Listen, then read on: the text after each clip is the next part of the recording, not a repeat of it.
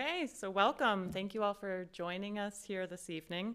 My name is Annika Hole, and I co-chair Greely PTO's Parent University, along with Amanda Karen and Hillary Kennedy, who I think will be coming in through this door. She was helping try to direct people to the room here this evening. So the mission of Greely PTO is to support MSAD 51 in ways that enrich, inform, and connect. And one of the ways that we do that is through Parent University.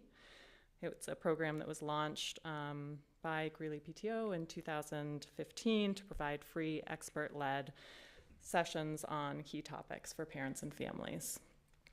And in tonight's session, we will watch the 56-minute Upstanders documentary, and then hear from and have the opportunity to ask additional questions of the panelists who are here with us this evening. Thank you all so much for being here. This event would not be possible without the partnership between PTO and MSAD 51, and I'd particularly like to recognize Eric Brown, MSAD 51 mental health specialist. In addition to all the other ways that Eric helped with this event, he will also be leading our panel discussion. And the panel discussion is the one part of this event, I guess, other than the opening that we are doing right now, that will be recorded and shared so that those who are not able to be with us in person this evening will get to see that as well. And also, for those of you who did register to be with us here, you will receive a copy also. And it will be available, I think, on the YouTube for the district. So panelists, as I mentioned, will address questions that were submitted in advance, as well as live questions if you have them following the film. And before we start, I just wanted to reiterate a couple of points that were made in the pre-screening letter, which hopefully most of you, if not all of you, received with reminder emails that were sent out to those who registered in advance. Specifically, we want to acknowledge that there are elements of this film that can be unsettling and triggering. And we ask that you all please take care of yourselves, so including stepping out of the room if you need to, and whether that's to take care of emotional needs or even just needing to go to the bathroom. And with that, the bathroom is just to the left. And for women, left, and then left and straight down the hall for men. So take care of whatever needs you might have over the course of our time here together. We also do have the refreshments in the back that we hope you will help yourselves to.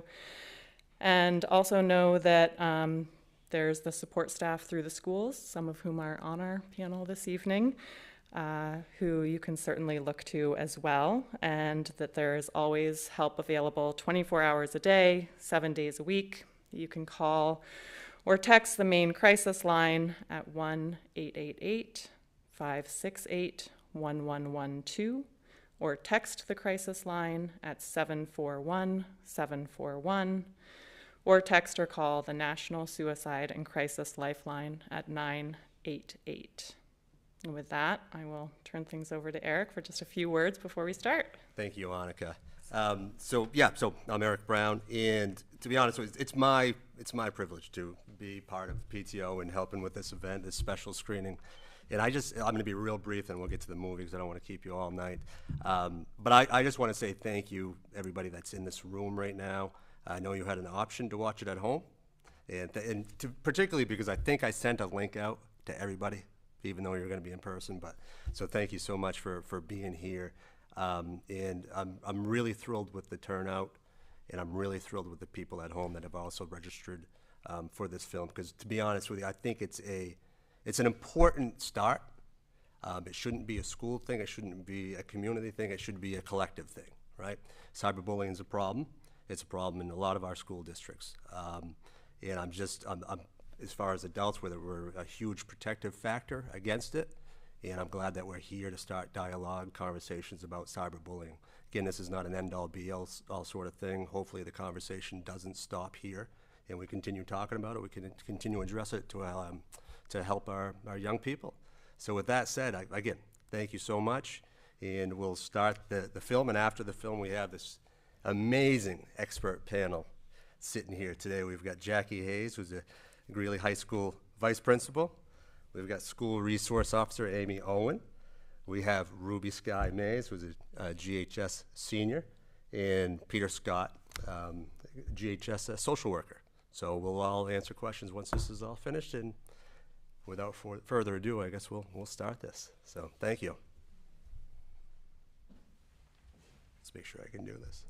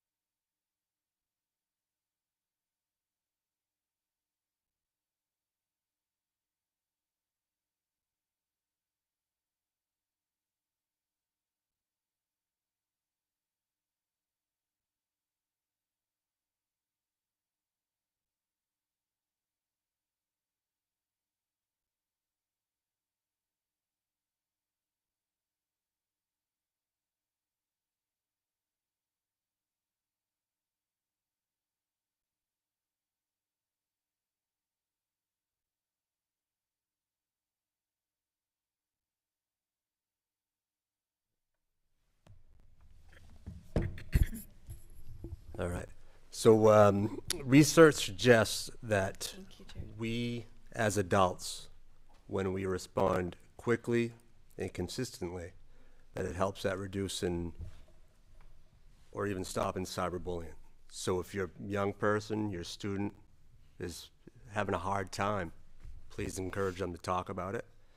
Please encourage them to reach out to a supportive person, whether that's yourself, another family member, a friend, school staff. We have some great supports here, and it's important. It's important for you to know who your administrators are. It's important to know who your social workers are, your school counselors. And yeah, always reach out if your child has experienced some type of bullying, cyberbullying. And yeah, there's support here at school. So with that said, I think we're going to open up to any questions that you may have, and you can certainly ask myself, again, Eric Brown, mental health specialist, Jackie Hayes, GHS vice principal, Peter Scott, GHS social worker, Ruby Sky Mays, GHS senior, and school resource officer, Amy Owen. So any questions, please feel free to ask them. Yeah.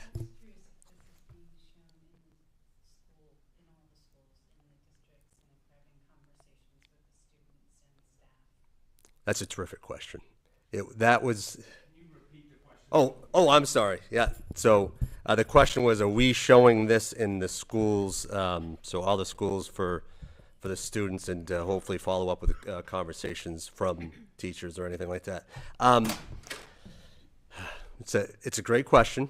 It's a tough one to answer. That was my thought process to do this. Last year we did the film Angst, also from IndieFlix. So IndieFlix puts on these documentaries. It's a tremendous company. So we did it last year. We showed it to middle school. We showed it to high school. We showed it in advisory classes, and we had a lot of follow-up. Unfortunately, some staff, I guess adults, don't feel always comfortable with this type of subject matter. They're not sure, I guess how to answer certain questions or have certain discussions about cyberbullying, things like that. So they don't feel like they're the expert on that. And they, so it was a process to try to get it there this school year. So the decision was made this year just to kind of show it publicly, try to get it out to as many people as we possibly can. We had 250 links to do it, and we actually, I think we got them out there. There was a lot of links that registrants took. So yeah, so that's kind of the answer to your question. But for future, I think it's something that I definitely want to do. It's more to try to get them more in the schools. So I don't know if you have. I can kind of add to that too. So yeah, thank you. So yeah, I know there are a lot of discussion around including that again this year. I think with having it, the similar topic and conversations last year, it was a good place to start. Having it, this community discussion here tonight and getting it out publicly this way is great to build on that. We are doing a few other things during the course of this year that are right in line with this. It's not specifically this film, but we have a lot of different student programming at the high school. I can't speak to at the elementary or middle school, but I know they have a lot of different things they're doing too. One of the things that we did this year at the beginning of the year with our 9th graders was involving the Camp Kiev organization. And they have a curriculum and competencies that are, centered on inclusion and kindness, self-reflection, relationship building, all of these things that go in line with this. It's not specific to cyberbullying, but a more overarching theme that has been also incorporated into advisory conversations and built on throughout the year. And definitely room for improvement and growth in coming years. So I think this is a great place to start, and I would like to see whether it's this specific film or just more involvement with cyberbullying as far as how we address it and having those conversations in the school. I do know that our teachers do a lot of work in their classes as best they can to have these difficult conversations when they come up, and we've got so many. I mean, now we have 3 social workers, we have 3 school counselors at the high school level. So our ratios, we've definitely done a lot of work to make sure we've got the right people in place to support the needs when they arise. But yeah, room for improvement to include more. Right. Yeah, and I didn't want to dismiss that either, you're right? Because there's a ton that this district's doing. This is one of the big focuses that the district has had is on mental health. And to be honest, just knowing how a lot of school systems work and comparing what we have as far as mental health support, it's amazing. Each school has 3 social workers and then a school counselor. So that's amazing. And just kind of piggybacking with what Jackie was saying, so K through 5th grade is doing a ton of social emotional learning. Our school counselors are going right into classrooms and teaching lessons on empathy. They're teaching lessons on kindness. They're teaching lessons on, those are the younger grades. They're definitely teaching lessons on bullying, cyberbullying. Maybe not so much just because they're not at that age, but 4th, 5th, they're touching upon it a little bit. 6 through 8, same sort of thing, a lot of social emotional learning, advisory classes. Advisors are doing an amazing job putting this out there. So yeah, they've done a ton of social emotional learning within the advisory classes as well. So yeah, I think as far as a district goes, in my past work that I've done, and I worked with a lot of different school districts. I worked at Maine Medical Partners for a number of years, so I saw students from all over Southern Maine, all high schools, and knowing what was going on in a lot of their schools compared to what SAD 51 is doing, it's pretty amazing. So I'll just throw that out there.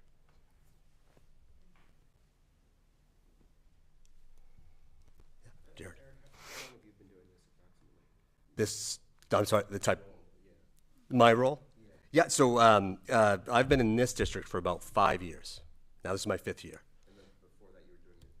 Oh my gosh, so I've been in the field for 25 years. I know, shocking because I look so young, but yeah. I was curious if you include like cyberbullying as being a subset of bullying, how has bullying in total evolved over the course of your career at school? Well, that's a great question, Jared. I'll see if I'm going to answer it correctly. Okay, so if I understand you correctly, yeah. For me, I think the big comparison was when I worked at a private school for 13 years, and they were students that were at that point labeled behaviorally impaired, right?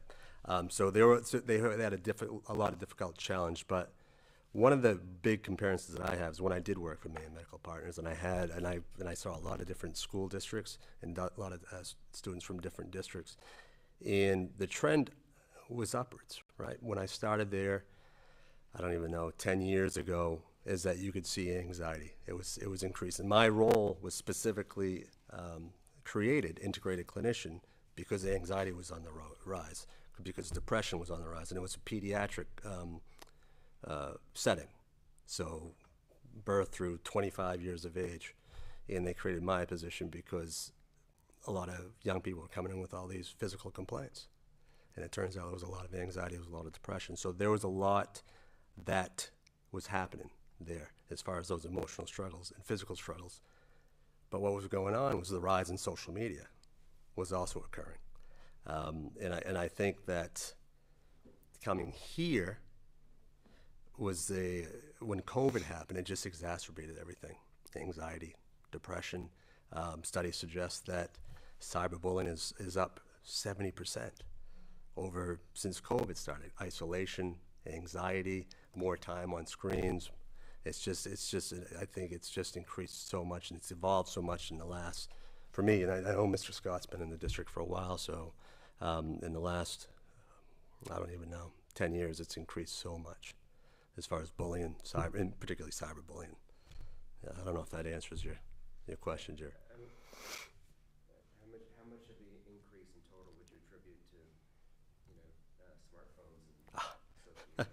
All right, Jer. Well, I don't want to sound like that old guy, Jared, but I'm going to. I think it's very much related to smartphones and to social media and to technology. It's the advances in technology. I really think a lot of heightened anxiety, heightened depression, isolation, all that, as well as bullying is definitely related to a lot of the social media, a lot of the, access to cell phones, things like that. So, yeah, I think there's a huge correlation.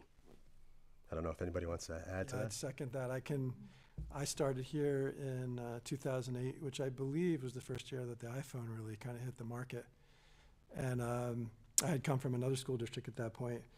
And I remember the learning curve being very steep, not only for me as a professional, but probably most important for parents and for students. I think we're in a different place. I think we have more systems of protection in. I think students have this generation of students, as opposed to the last generation, perhaps, Generation Z, seems to have a little more sense of kind of what's entailed with digital citizenship. And these things do happen, but I feel like we have a system that works to help ameliorate the effect when it does happen, and do all our best to reduce it from happening, and to know how to respond to support victims, and also how to help people tap into that heart and kindness that you saw in the video that you're after when someone's making the mistake of going after other people.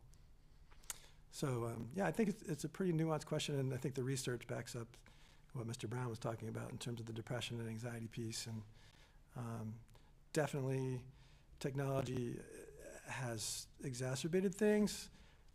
On the other hand, it's also nice because we can ask for screenshots. Use things that were happening, like when I was a kid in high school and back in the 80s, now we can get it documented, right? So I could go to Ms. Hayes and say, look, check this out. We've got, this is what's happening. And it also empowers other students to be upstanders and say, like, this is what happened last night on social media. Here, take a look at this. We need to help this student. And you'd be surprised, or maybe you wouldn't be surprised, a lot of students really do step up to be upstanders and reach out on behalf of their peers. And I'd like to think that that wasn't necessarily happening before 2008 in the same kind of way, because people didn't have all that access to information in such real time. I have a question and a comment. There was one thing somebody said in the film that is how I feel, and that is intimidated by technology and new codes or slang that I just feel like I can't. My life is busy and I can't keep up, and I feel worried that if I'm not up, then I'm going to miss something.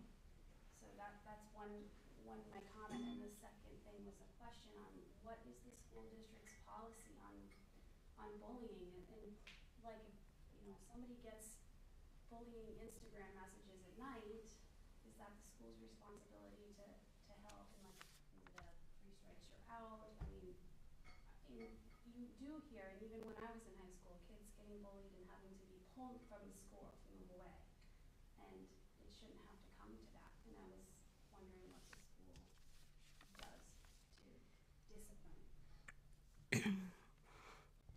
Sounds like a me question. Yeah, and maybe I'll throw into a bit. That's a really, really great question. And I hear you on the intimidation factor too, with keeping up on everything, whether it's language or just the various types of, you know, apps and social media that are out there. I actually just learned about another one the other day that it starts with a V. I'd have to look it up. But anyway, so yeah, they're always coming at us, and that's why we're always really grateful to our students who continue to teach us as well. As far as you know, the way that we respond, so it's a multifaceted process, right? So we take those reports as they come. Things that happen at night, well, yes, there's a little bit of a fine line on how much we can control. Obviously, we can't control what's happening at night, but if it's affecting the school environment and creating a situation where students don't feel safe or welcome coming to school, then absolutely we do address it and we follow up on it. And there's you know, the initial way we do that is by first talking to as many stakeholders or people involved as possible, investigating, making sure we get all the information we can, communicating with families and partnering with them and our students as well to just work together to address what's going on. As far as the discipline piece, again, there's a variety of ways, and it certainly depends on all the information that's come to us.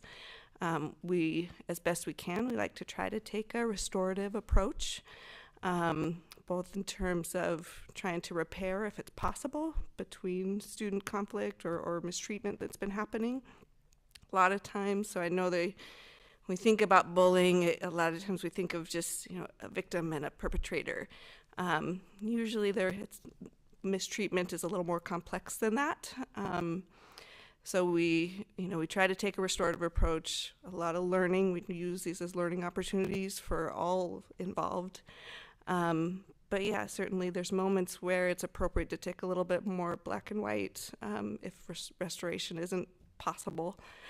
We do have consequences, and again, those look a lot of different ways. They certainly could involve detentions or suspensions and things that are a little more traditional, but they're paired with more than that, whether it's reflecting on things, accessing social workers and psychologists to help build skills, all of the above. There's so many pieces, and certainly the more serious, higher level situations, we're consulting with Officer Owen and whoever else is appropriate to address things. I don't know if there's more to add with that. Yeah, I would just say, like, from the law enforcement perspective, and specifically from the SRO role, I think one of the most meaningful aspects of this position as being an SRO is that you can serve as that bridge. So like they said in the film, I thought one really important point is that with cyberbullying, with social media, the day does not end at 3 and it does not begin at 8. Like it's going on all those hours in between. So if there's something going on at home and say it's out of the realm of the school's ability to address it because it's not impacting the school environment, then I can both work with the family and work with the students in the school. So it's a lot of relationship building. Sometimes I'll already have a relationship. Hopefully, I'll already have a relationship with those kids, having been here and attended lunches and all of that, and maybe understanding the social dynamics that are coming into play with it. And then if it's very serious, like the situation we saw in the film, then we have some avenues with the court. So protection from harassment orders that would ensure that there's no contact between those parties. That's usually for the older age groups. We have some resources on the law enforcement realm. I would agree that there's not a lot, and I really look forward to the day where we have legislation that really does give some teeth to some of this work as well. So. And along those lines, just to add to that, I'm sorry too. So just to add to that, just as far as, yes, we address what's happened, but we also think about the future too. How do we stop it? How do we change the behavior going forward? And what supports do we need to have in place for all involved? And that may include involving, letting teachers have an awareness of, hey, these students are having some struggles, and they may not know all the specifics, but they at least can know enough to be more present and be another resource in the building that at least can help address things and nip things in the bud in the moment. And then, of course, more support from additional people. So, Yep. Yeah. And then just real quick, yeah, it's overwhelming. It's what's out there, the advances, and it's so fast, right? But definitely use your resource. That is one good thing about the internet and media is that we have access to so much information, and use your resources as far as your support systems. What are you other parents, right? What are you using? That sort of thing. So, and I'll give you there's a website that I legit just discovered today. It's called Bark. I don't know if anybody heard of Bark. So it's BARK, like a dog bark. and it's an app that you can download as a parent, and I'm going to use it. My sons are getting old enough to want cell phones, well, we're in the debate right now of Fortnite, which I'm not keen on, but because there's an open chat sort of forum that goes with that. So I'm looking at this app called Bark, and it's an app that I can download, and it filters any cyberbullying related language, any substance use related language, any inappropriate, like, what do you want to call it? Oh my gosh, I'm drawing a blank. The gun kind or violent or? Yeah, like, yeah, any gun violent, any violent talk, anything like that, any sort of content like that. It links to your phone, and it will actually alert you that this is going on your child's device. I'm not an expert on it. I'm going to look more into it, but I don't know. It seems promising. It was voted, it had very high praise from parents. So I just want to throw that one out there. As far as school, Jackie mentioned restorative practices. I am a huge proponent of restorative practices because statistics suggest that suspending a kid, expelling a kid for bullying it's just not that effective, because you need to teach that bully also appropriate life skills, appropriate human skills, and teach them empathy. Teach them empathy, which is one of the most fundamental, the most important skill for emotional intelligence, is to teach somebody empathy, how somebody else feel. And with that also, and obviously we're going to have supports for the victim, whether that's your school counselor, your social worker, and we're going to work. Hopefully, we wouldn't just throw the bully and the victim in a room together to do restorative practice. You would work to a process, but in there, it's very powerful for the victim too, because it gives the victim a voice. So for me, restorative practice is very, very important. As a parent, you should take some comfort in knowing every single staff member in the district every year has training through our human resources requirement on bullying and the state law around it. I find that training to be one that I pay extra attention to each year. It's my memory of it's about 35 minutes long, and it's run by our law firm, and they're really good at getting those key points across. And yeah.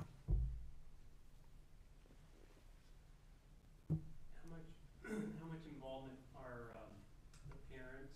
How much are they involved in the restorative process? Oh, yeah. On both sides. Yep, and certainly, I don't want to take off. Always involved in it. I mean, this is a collaborative approach, and we would always include the parent. We would never do anything without letting the parent know. So we would try to incorporate them in the decision making and the investigation, all that sort of stuff. They would be privy to the information that we're gathering, the information that's being shared, and obviously with the restorative practice too, we would kind of walk through with you what that would look like, what it entails, and obviously with parents or caregivers, we would want that feedback of how their student's doing too. How are they truly feeling about it? Are they telling me one thing and telling you another thing? So that's very important communication that needs to be open. So yeah, always involved. I don't know if. Yeah, absolutely. I mean, we very much rely on and appreciate the partnership with our families. It's team effort. So yeah. So I'd like to ask the student Oh, please do. Yeah. How do you think it's going? I mean, you know the other area schools as well, but can you tell us what you sense here? I personally I am on social media, but I'm not I think as involved as some of my peers. So I know that there are students that are going through difficult situations. I definitely have seen people being upstanders in those situations, bringing attention to it, and so trying to support the victim, which is such an important part. And yeah, so I think it's what I have seen has been a lot of positive, like support and that in and on social media, and I know that especially kind of when we were getting to the age of going on social media in the school, we did learn about how to be a positive citizen in a class, and we did like worksheets to try to understand better what is positive involvement on social media and what would obviously not be acceptable in person or on social media. I think that was really good to learn about early on. And Ruby Sky makes a great point. We may have mentioned it, but digital citizenship, right? That starts at a very, very young age and goes right up through high school. So. Do you have a lot of communication with other area schools? Because I know sometimes it's school on school bullying or whatever. Does it seem to be cooperative with the other schools? Are they open to the dialogue? In my experience, absolutely. Yeah. So yeah, those connections are there, and yep, whether it's an administrator, or a school counselor, or a social worker picking up the phone, absolutely. Obviously, we protect student privacy, but definitely we, again, team effort always. I'd agree with that. It's interesting. Sometimes you think like local, but sometimes these calls or calls that I've made had out of state or different parts of the country. Not frequently, but occasionally, because kids are so interconnected.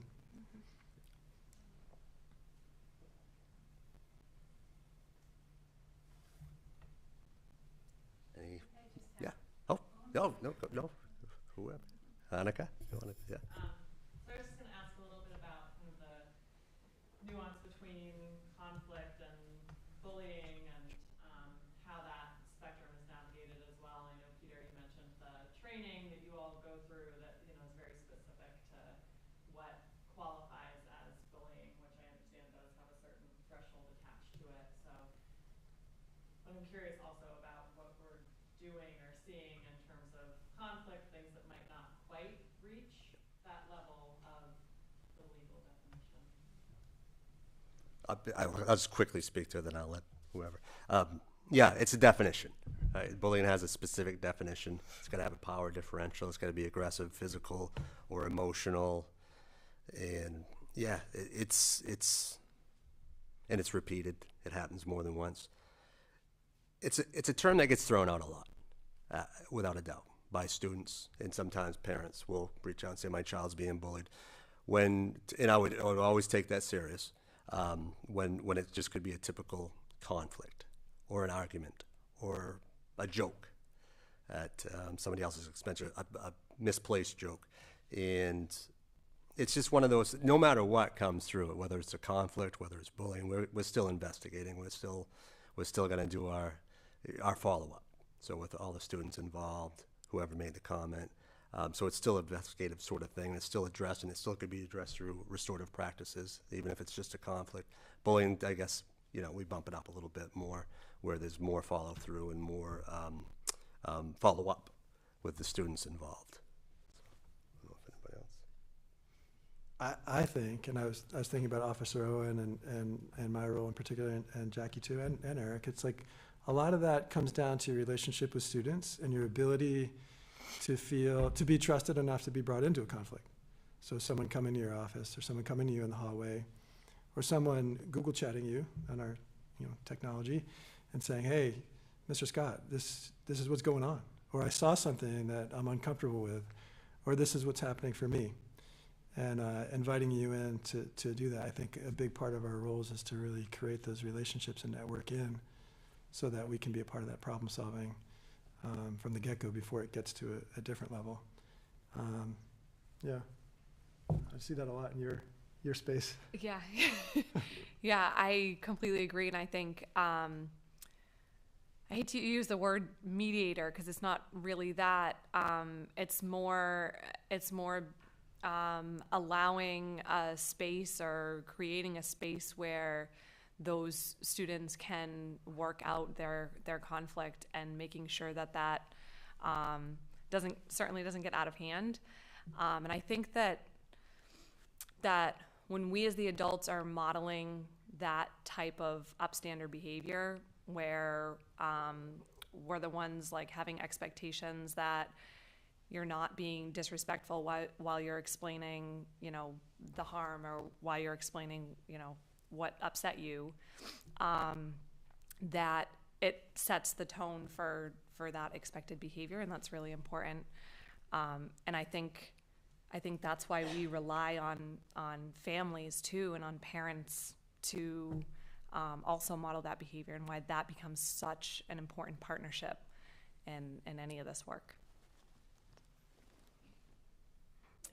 Yeah, I think paired with that, so just the proactive measures that we take implementing social emotional learning, whether it's in specific content areas or advisories or specific I can't remember the SAS class. I'm trying to remember. Oh, skills for academic and social success. Yeah, so so there's a variety of different in clubs and as well as athletics, our coaches. There's so many different facets that students and adults are working together to continue to develop these skills and understanding of one another. And it really comes down to always trying to create this positive, caring community and giving one another the benefit of the doubt. And so we try to go back to that as much as possible, while also holding people accountable when they do engage in unkind behavior or whatever. So we take bullying very seriously, but also understand that these are kids, they're students, they're learning, and that's part of all of our roles in helping them develop the skills to continue to create a positive community. And I think, did you have a question too?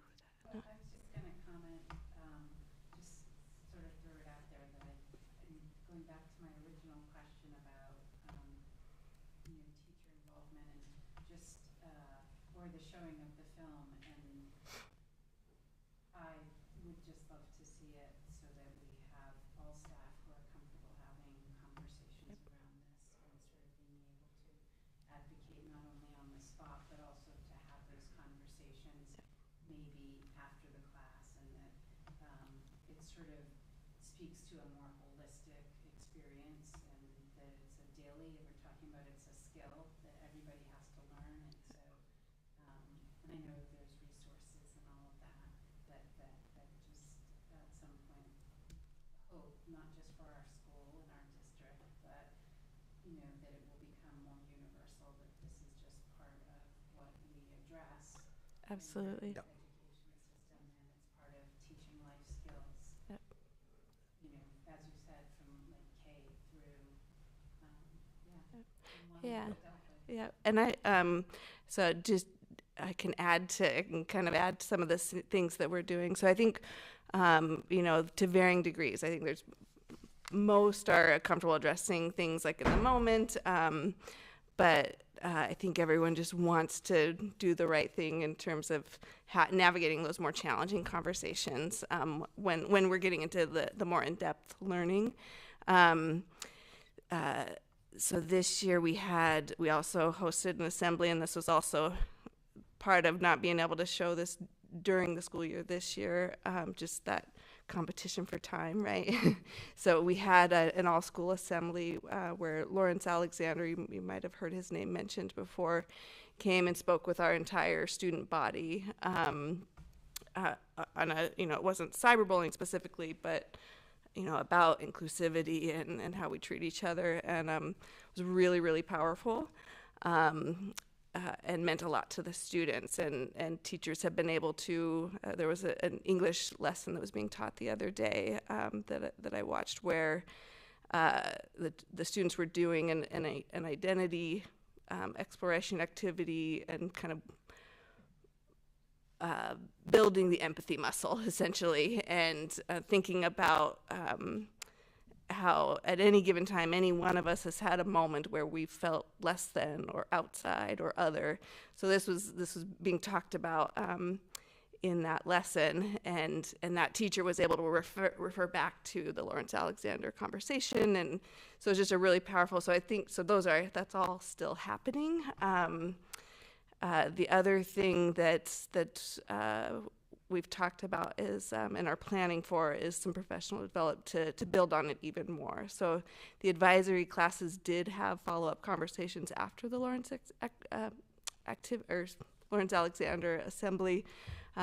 So that was there, but we want to do more. So our staff just completed a survey expressing some of the things they'd like in terms of further developing those skills, and so we have a committee that's working to plan for that in the coming months and next year.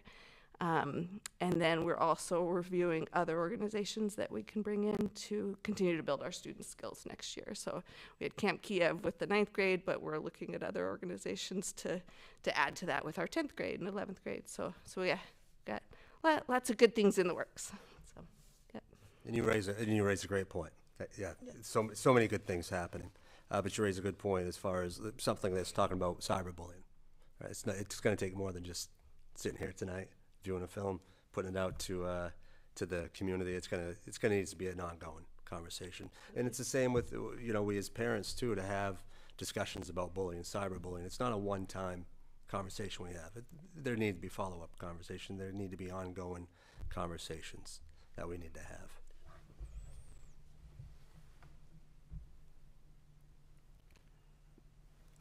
Just put one more thing out.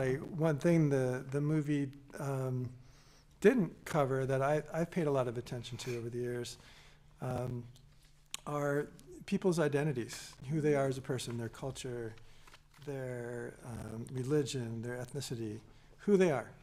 And sometimes bullying crosses that line, and I co-advise the civil rights team that Ruby Sky's been a part of forever, which is great. And we talk a lot about the word harassment. And I think this particular state civil rights team project makes a distinction about that when it crosses that line towards harassment. And it's something, I don't know the percentage, but a fair number of the things that sort of rise to the top tend to move towards those areas. It's a very sensitive, delicate kind of areas for people because it speaks to who they are as a person, and it hurts.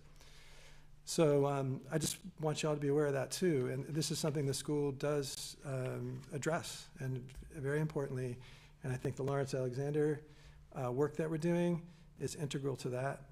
And I think law enforcement's integral to that. When those things get to that level, those are red flag kind of areas for us. Yeah. Put that out there.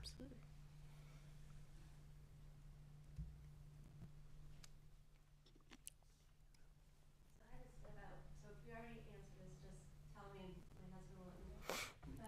But so on the way over, I was telling my 5th grader what I was doing tonight. He was like, "Oh, it's so boring. We hear about it all the time at school. We all know to be nice to each other. We all know if you're online, you have to be nice to each other." And then he said, "But you really should have his oldest sister, who's a high schooler. She needs to go because she's in high school and they all have phones, and she's going to go out into the real world in college, so she needs to know it." So I know the schools are clearly working on it at the 4th, 5th grade level, but what is like the best development, the appropriate way to introduce it to the different stages and ages? We've got like 5th grader, 7th grader, high schooler. Talking about it early to me is the best way because it's in their minds, but clearly my 5th grader is just like 1 year in and out together. So what do you recommend? Right. That's good. Somebody want to answer that? I can speak to a piece of it, but I don't want to talk over anyone else. And I'm not passing it on, but so I reached out to all the school counselors, the social workers, administration, and I took a bunch of notes, and I want to make sure I represent, what's going on from K through all the way through high school. Thank you. So, yeah. Okay. Sorry, can you just repeat a piece of that? Yep. Yep. Yep. Yeah. I mean, I don't know that there's any one way, right? I do think, and this stood out in the film too, I think one of the best ways is empowering our kids and teaching them to take responsibility as far as when they need to take a break, and so teaching them strategies to cope with and say, okay, I've got to set this aside. This is affecting me. So it's that balance of reaching out and reporting for help when they're seeing things happen or they're experiencing negative things through social media or their cell phone. But then also, this is cell phones and social media. They're these incredible tools with so much power, but also they're constant, right? They're constantly coming at us. So also teaching them some strategies of how to navigate that and how to step away from it to take care of themselves is another way. But I know there's way more to it than that. So I don't know if there's others who want to add to that. I mean, that's outside of the school. That's just as a individual human being. Yeah, I see people looking at me. I'm not sure about from the educational standpoint, certainly not my expertise in that area. But I do know that the SRO office is directly next to the health office or the health class with Dr. Allen. And so I know that a lot of her subject matter in her class is all about this. It's all about not just your physical well-being, but how your mental health impacts your physical well-being. And part of that responsibility of being kind to each other, and like your son said, we all know we're supposed to be kind to each other, but actually recognizing the physical and mental manifestations of that type of stuff, and having that self-awareness and teaching holistic well-being. I think she does a phenomenal job with that. So I would echo that that's critical to the high school level as well. I'd say your question sort of is a powerful one, and it speaks probably for a lot of parents. I know for me, both of my children are now in their 20s and sort of lived through this whole digital transformation. I'm sort of permanently not a digital native. I'm imported into this world, and much like many parents back then and now, it is the challenge of your time as to how to balance that and how to be respectful of your child's autonomy, how to teach them the moral code and the sense of ethics around what you believe, and how to model that yourself. And that, I think that would include when and how to step away from electronic life and to be attuned to some other things in your life that are important to you. But most importantly, and this is something my wife probably did better than me in some ways, is like, how do you keep the conversation going, right? Because once you hit 13 or 14 years old, it's a different conversation. It's harder to find those times. It's harder to build that, not for everybody, but for many people. And your kids kind of start to know themselves ultimately better than you might have known them when they were little. And so how do you keep learning who they are and collaborating with them? And that's the art of it, I think, and finding that balance. And technology, it's full of sparks. Like I can remember the balance I needed to obtain in my own household and trying to stay attuned to what was going on without being overbearing. I remember one time my eldest daughter came to me and she said, "Dad, you don't trust me. You hurt my feelings. I knew you looked at my phone." And that was my signal to back off. And she also knew what I did for a living. And she probably wanted to not have me have all this information. But it was delicate. And we look back on those times now as father and daughter and laugh about it a little bit. But at the time, it was very painful for her and probably painful for me, and trying to figure it all out. So again, coming at it like they said in the film, right? We're not all experts in this thing. Showing your vulnerability as a parent is really important too, and allowing your child's power to kind of increase as they age up. I always, when I get a student who's 17 years old, I always say, this is your year to practice being an adult. And it's also your year and your years in high school for you to practice stepping back and letting your child experience more and more and figuring out how that works for them and how they're going to navigate and trust that what you've modeled is going to be super powerful, probably more powerful than anything we can say. And we've all seen different kind of models in our world, and some of that can be very painful to watch. And I've I'd counsel parents to, strive to be that change that you want to see. Strive for your kids to emulate what you've demonstrated. And I just wanted to say, I think that a lot of students, like, of course, in 5th grade, it might not feel the most, like, personal to them at that time. But I think it's just really important that it's, like, a constant conversation, learning and growing, because I know students in high school, even if it is personal to them, they might feel, I already know this information, but it's a good thing to keep, like, in the forefront of your mind. Be mindful of what you're saying and doing, social media, and how it can affect other people. So yeah, I think it's important to start learning about this young, and then just continue. Even if you're having similar conversations, you can like help develop ideas on this, and just continue to learn and grow, learning about bullying, cyberbullying, and how things are changing over time. Yeah, I think it's a good thing. I think it's a good thing that he said that, right? And he said, I know how to be kind. I know all this. That's good. That's a good thing. But, it does shift. It does shift when they get older. It's more of, hopefully we're lecturing less as far as adults, teachers, parents, and we're actually listening and asking questions more to them. I think that's one of the most important skills for a parent, is just to be present, moment focused with our child. And we're having that open dialogue with them. It's not just us talking and barking at them and lecturing the whole time, which I know I do, and I'm guilty of it.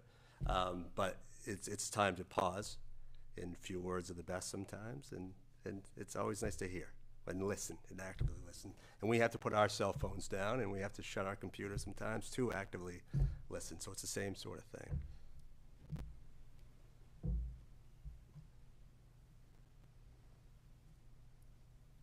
Any other questions? I'm just going to go through, hopefully, my organizational skills. We had a couple registrants that sent questions, and I think we've probably covered a lot of what was asked, but I'll just kind of go through a few of these. So one of the questions was online predators and bullies that join computer/Xbox games. How to guard against that without turning up the parental controls to the point where the game is or content is too babyish. So again, I don't know if anybody has a quick answer to that. I could probably, yeah. I kind of thought this one through, especially since I didn't know how to answer it. And I thought that, I find it really cool when a parent joins their child on the Xbox or whatever that game is, to be a part of that. That's one piece of advice. And teaching. Teach the signs that someone might be taking advantage of, what to look for. Again, the control piece of it, to me, it is controlling, and there is a role for it, but ultimately it needs to be stepped back at some point, because you got to be able to have your kid fly on their own. So that's an art too. So I guess togetherness and then teaching. That's it. Yeah, and not too much to add to that. It's teaching, it's education, and it's telling about what a predator is. Getting right down to the basics, telling about all the fundamental or the things that predators do, grooming, things like that. So it's about educating them, teaching them definitions. Obviously, as parents, we have to set some sort of parameters with, I guess, in this case, Xbox, computers, social media, whatever that might be. So yeah, I think that's it. I think it's all about teaching, education, and know that you're there judgment-free. When they come to you and say, I have an issue online, know that you're going to be open to listen. You're not going to lecture. You're not going to shut everything down. It's going to be, well, I want to hear what you have to say. Okay, and I want to know the details of what's going on. We're not shutting them down by lecturing. We're not shutting them down by taking expo. I told you this would happen. We're going to listen, and we're going to find out what's going on. So, I think that's a big piece of it as well. And I just add to that, just being present. I'm definitely not the most skilled with setting up parental controls and the tech piece. My husband's much better at that. But what we do definitely is we're present. We're listening into my constant daughter, or my daughter's constant chatter that she does when she's playing games, and just so if there's something that sounds a little funky, we're having a conversation about it. So just that extra presence has helped us. So I know that's just the parent perspective, but. And another question was, let's see, how can we as parents model appropriate behavior for our children so they will know how to react, deal with various situations? Say that one again, sorry. Yeah, sure. How can we as parents model appropriate behavior for our children so they will know how to react, deal with various situations? I think the answer is right there in the question, model. Right? We are role models. Children, our young people are paying attention to everything we say and do. And we need to respond accordingly to certain situations that come up for us. You know, they're going to be paying attention to if we react or respond with anger or anything like that. Things we say about people, you know, whatever it might be, they're always falling on basically every word. I didn't realize how much children hear, but they hear everything and they see everything. Their brains are sponges, and they just take in everything. So I think it's just us role modeling appropriate behavior, the behavior we would love to see from our children, is that we're modeling it as well. I'd say another piece that you could add to that would be sort of scanning information, looking at the news, looking at social media, and having dinner table kind of discussions about that and what your kids might think about what they're seeing and feeling. Because this stuff's all over the news now, and not only the news, but in our lives. It's like in our homes and on our phones, and some of it can be quite toxic. Yeah. And let's see. I mean, a few of these have been answered already. So one of them is becoming an upstander can be empowering, but might also produce anxiety and high expectations in an individual. What methods, techniques do you advise to address this possible impact? So become an upstander. Yeah, there's a lot of anxiety that goes with stepping up, doing the right thing. Yeah, I mean, one of the ways that we try to do this at the high school level, and we've had these conversations with our students this year. We just go back to who we are as a school, who we are as a community. So, you know, we have those conversations with them. And overall, just like Ruby Sky said earlier, students do come to us. I know it's hard when there's more subtle things that we don't necessarily see at the school level or even at home. You might not see. But generally speaking, students are pretty honest, and they do come and they share, and they might say, you know, that they don't necessarily want their name shared, and we always protect that. So I think that's a piece of it. The other thing that I know that, you know, our social workers and our school counselors and our teachers also support is the learning with our students on, okay, what can I say in a moment to not sever a friendship, or to protect that friendship that I really care about. So there's different ways that we help them navigate that and how they can say something without completely putting themselves out there. And generally speaking, they're usually pretty open to it, but I know there's more strategies, I'm sure. I'm thinking about Ruby Sky and Ruby's work on our civil rights team. And what comes to mind is surrounding yourself with other upstanders. And I'm thinking of this at two levels. There's sort of this level of micro level, which would be like, okay, I'm going to help this student through this situation. I'm going to come to them. I'm going to show them that I care. I'm going to take them to help. And I'm going to show them that I'm going to stick with them until it gets better. But then there's this approach of, you know, how do you change a culture? How do you influence the larger school climate? That's upstanding as well, I think. And there are a bunch of people out there who want to do that. And my suggestion for the parent who asked this question, if your child's experiencing anxiety about that, to remind them that they're not the only one, and help them find their cohort. Because there's a lot of people out there working hard. Yeah, and upstanding is not always about facing the bully. It's also about reaching out to that person being bullied. It's also about supporting them, hearing them, saying that they're not alone.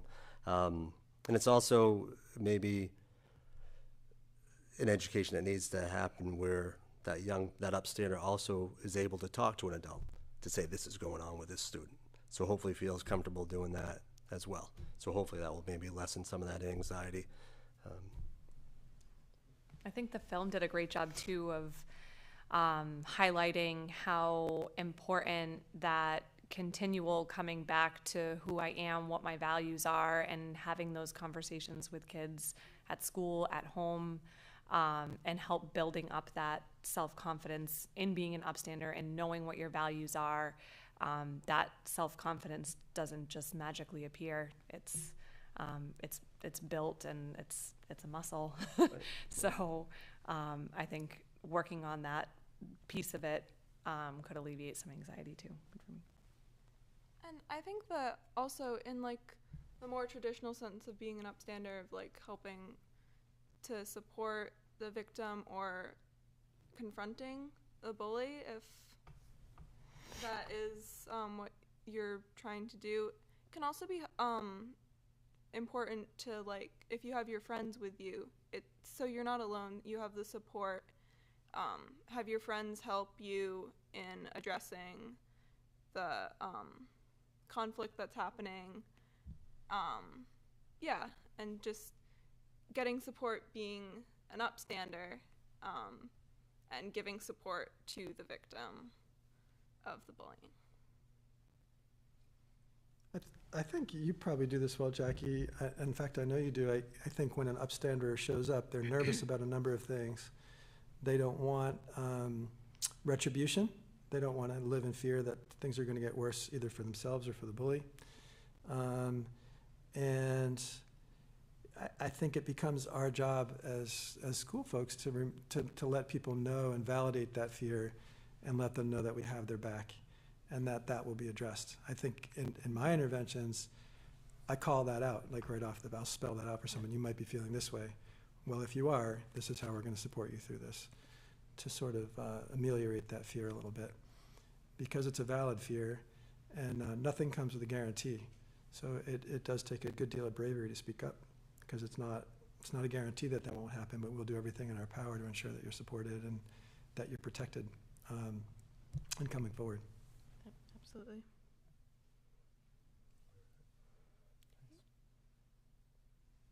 It's 8 o'clock. I don't know. That's it for the questions that we have. So I just wanted to thank PTO for partnering. I'm gonna say thank Dirk back there too. Thank you, Dirk. I appreciate it. And obviously, Lincoln. Yeah. Oh, Lincoln. Thank you. And thank you, everybody, for showing up, coming out, and thank you very much for the panel. Yeah, here. thanks everyone Yeah, for all the appreciate your meaningful time. questions and comments. Much appreciated. All right. Thanks.